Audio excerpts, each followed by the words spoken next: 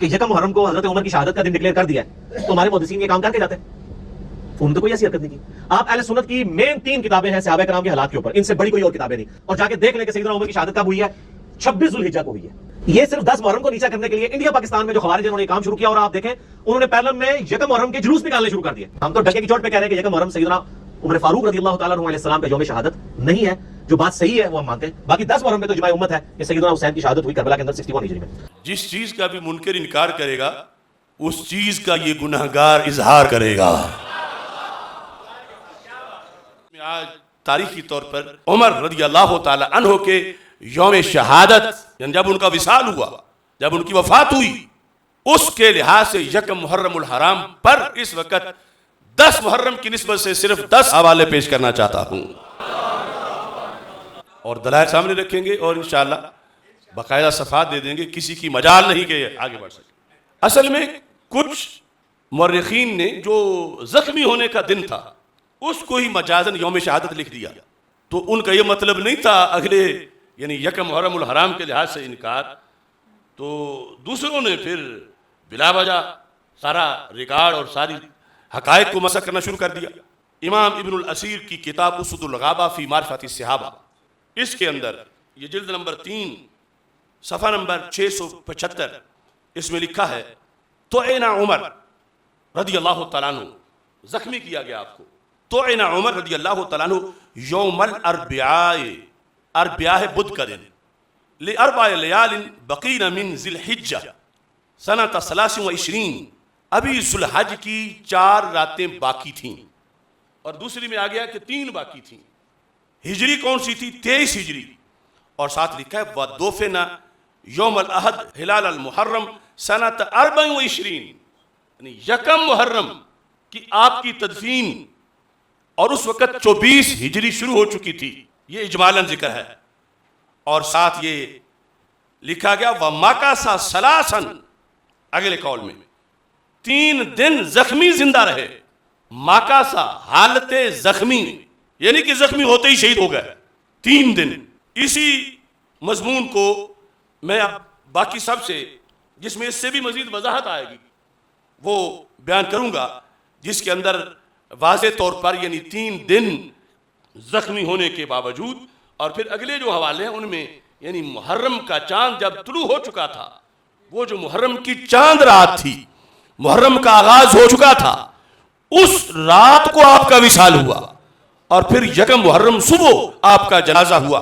یہ دوسرا حوالہ طبقات کبریٰ, جس کو طبقات ابن سعد کہتے ہیں, یہ دوسری جلد ہے. یہ لکھا ہے صفحہ نمبر 308 پر طعن عمر رضی اللہ تعالیٰ عنہ یوم الاربعاء لاربع لیال بقین من ذی الحجہ سنۃ 23 ودفن یوم الاحد. یہاں یہ ذکر کیا گیا کہ اتوار کے دن آپ کی تدفین ہوئی.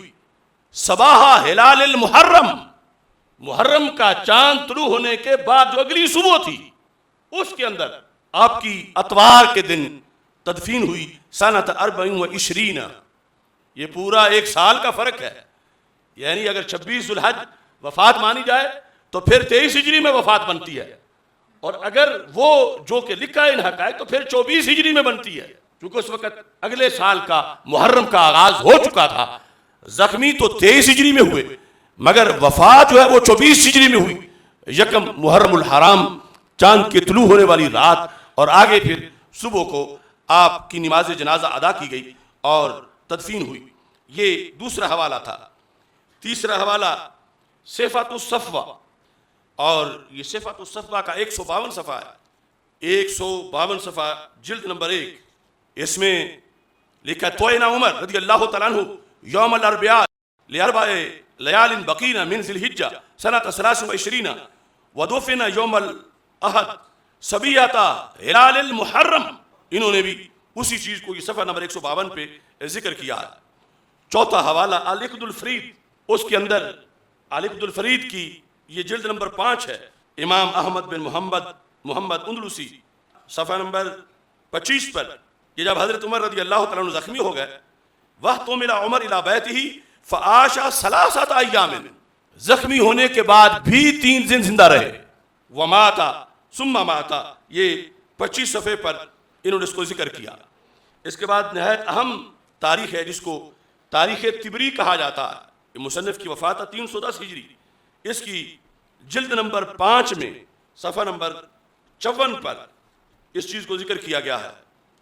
تو عمر رضی اللہ تعالیٰ عنہ یوم الاربعاء لاربع لیال بقین من ذی الحجہ سنۃ 23 ودفن یوم الاحد صباح ہلال المحرم سنۃ 24.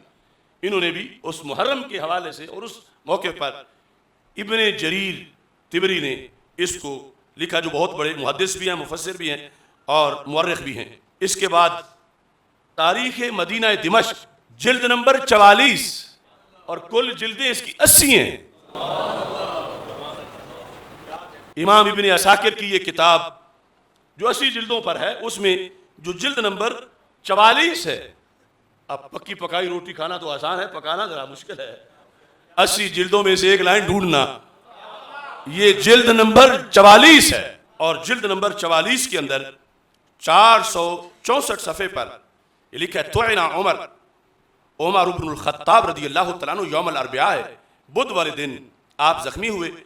لاربع لیال بقین من ذی الحجہ، 4 راتیں ذو الحج کی اس وقت باقی تھیں. سنۃ 23 ہجری تھی.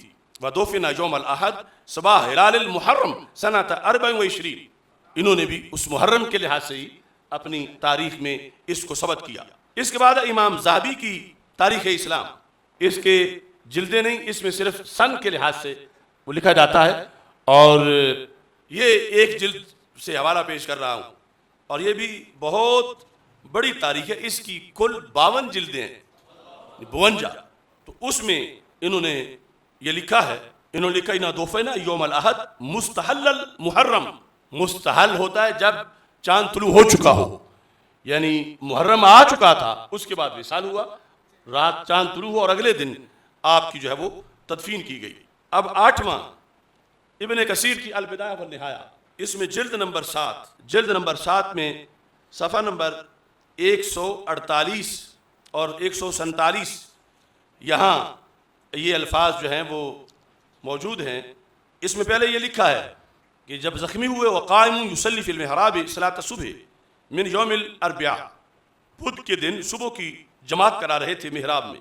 لاربعین بقین من ذی الحجہ من هذه السنہ بخنجر ذات طرفین ومات رضی اللہ تعالیٰ عنہ بعد 3 دن بعد وصال ہوا.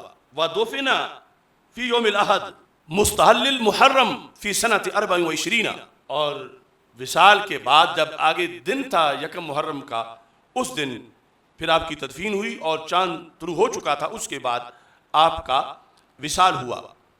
اس کے بعد امام سیوطی رحمۃ اللہ علیہ کی تاریخ الخلفاء، یہ نامہ حوالہ ہے، اس کے اندر جو مکتبۃ الفجر کی چھپی ہوئی ہے اس میں بھی یہی الفاظ موجود ہیں.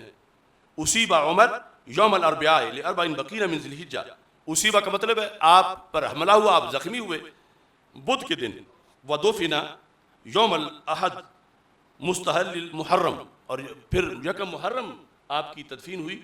اور اس کے بعد ابن جوزی کا جو حضرت عمر بن خطاب رضی اللہ تعالیٰ عنہ کے مناقب پر جو لکھی ہوئی کتاب ہے، اس کے اندر بھی یہی حوالہ جو ہے وہ موجود ہے صفحہ نمبر 165 پر.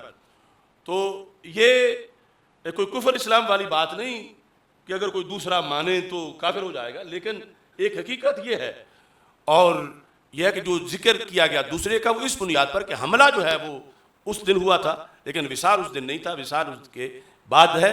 لیکن تذکرہ 26 کو کیا جائے، 27 کو کیا جائے، جیسے آج اب یکم محرم نہیں ہے تو پھر بھی ہم تذکرہ کر رہے ہیں. تو اس بنیاد پر یعنی ایسا کوئی جھگڑا نہیں، لیکن کسی حقیقت کا انکار کر دینا یہ جائز نہیں.